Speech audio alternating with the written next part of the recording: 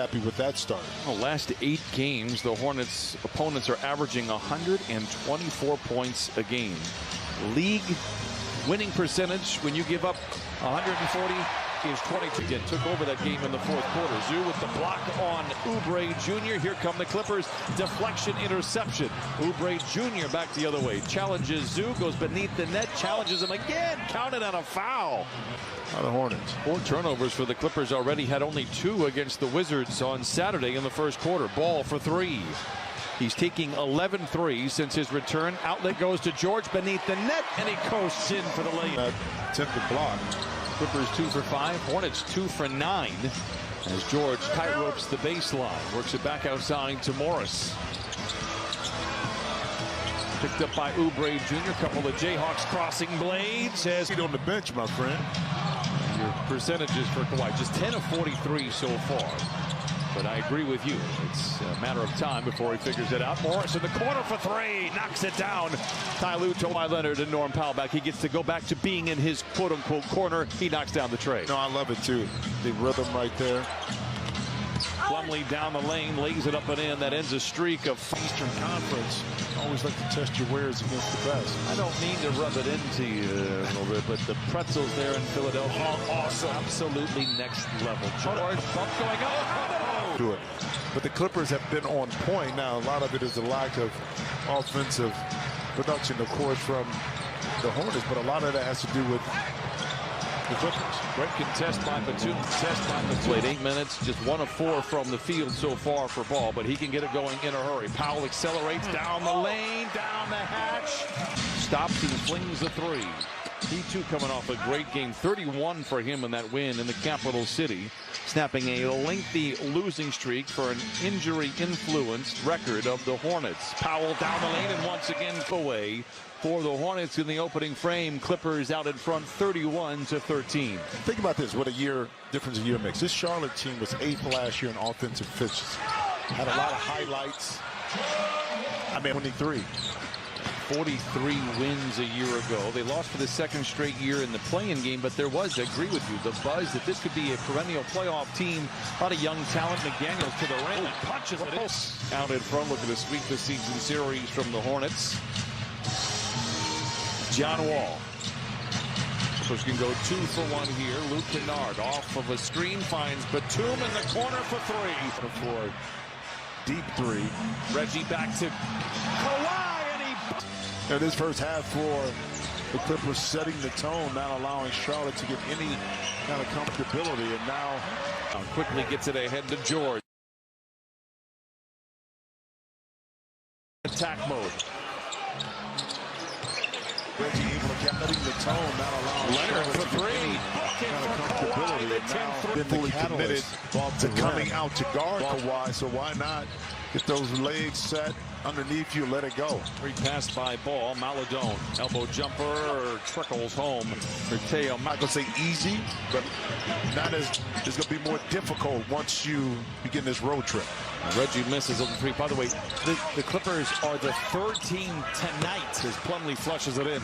They have 70 quarter. Clippers 0 for 3. And a couple of turnovers here to start in the first 3 minutes. Hayward in the corner to Oubre Jr. in trouble in that corner. So he plays to Plumlee, bouncing into Zoo, lay it up and in. A 7-0 run to start the Toronto. He's on this trip for the Clippers. He hasn't been in Toronto since 2019 with fans, when he was celebrated after winning the championship. Hayward knocks it down. Tipped Swisher Sweets. Well, you and I are pretty congruent most of the time. See, the thing is, though, we grew up in the hood, everybody smoked Swisher Sweets. You know what I mean? I graduated from that a long time ago to cigars, premium cigars at that. Plumlee with it. Yeah, that time Kawhi a little off balance. He was fading to his right that time as he attempted that shot. With body control there by George. Forward could have had him on a foul. Instead, moves well without the ball. Plumlee. Example of Plumlee being able to be patient put the ball on the floor once, and then be able to make a play off the dribble at his side. George Getoubre Jr. in his back pocket, leaps and leads it in. What a pass. First bucket in the second half for the Clippers. Ball leaves it short. Clippers control 76-53, and led by as many as 36. Jackson inside lays in a tough bucket for. They have cut 16 points off of this lead, and they've outscored the Clippers 18-7 here in this third quarter. Batum to retaliate, and he does his third triple. And beautiful. Would like him to take, guys. That has been Ty's gripe since day one with Luke Kennard, and it's a credit because Luke doesn't want to be selfish. He says if he takes Jackson. Well, he wasn't like that in high school. I can tell you that much. Luke shot the ball in high school. Okay, so that may have changed a little bit. He shot it when he was at Duke, too. Keep in mind, he was the leading scorer on that team when he played. Three-pointers, Mr. Jackson. How many? 5 3-pointers. 87-60. Clippers out in front. If I'm not mistaken, Luke Kennard, all-time leader in high school, scoring in Ohio. No. I think John Diebler may have gotten him. Oh, yeah. John Diebler may have passed Luke Kennard on that. I know what you're doing. And Luke Kennard wasn't even up there in that mix. You never go get that one. I'll tell you, and one thing I'm going to talk about, and I know for sure, is that one. 89-62, Morris for three. It is good. I mean, I'll tell you what, that's 16 threes for the... That's a catch and shoot 50, you know what I mean? So it's a variety of ways that jump shot can be interpreted, and Senior uses all of it to his advantage. Out of bounds. Richards, I thought, stepped on the baseline. I agree. Batum in the corner to Morris over the top of his head, and it's another turnover, the 20th for the Clippers. Yeah, I expected the turnovers with so many new faces and everybody playing together. I didn't expect the offensive.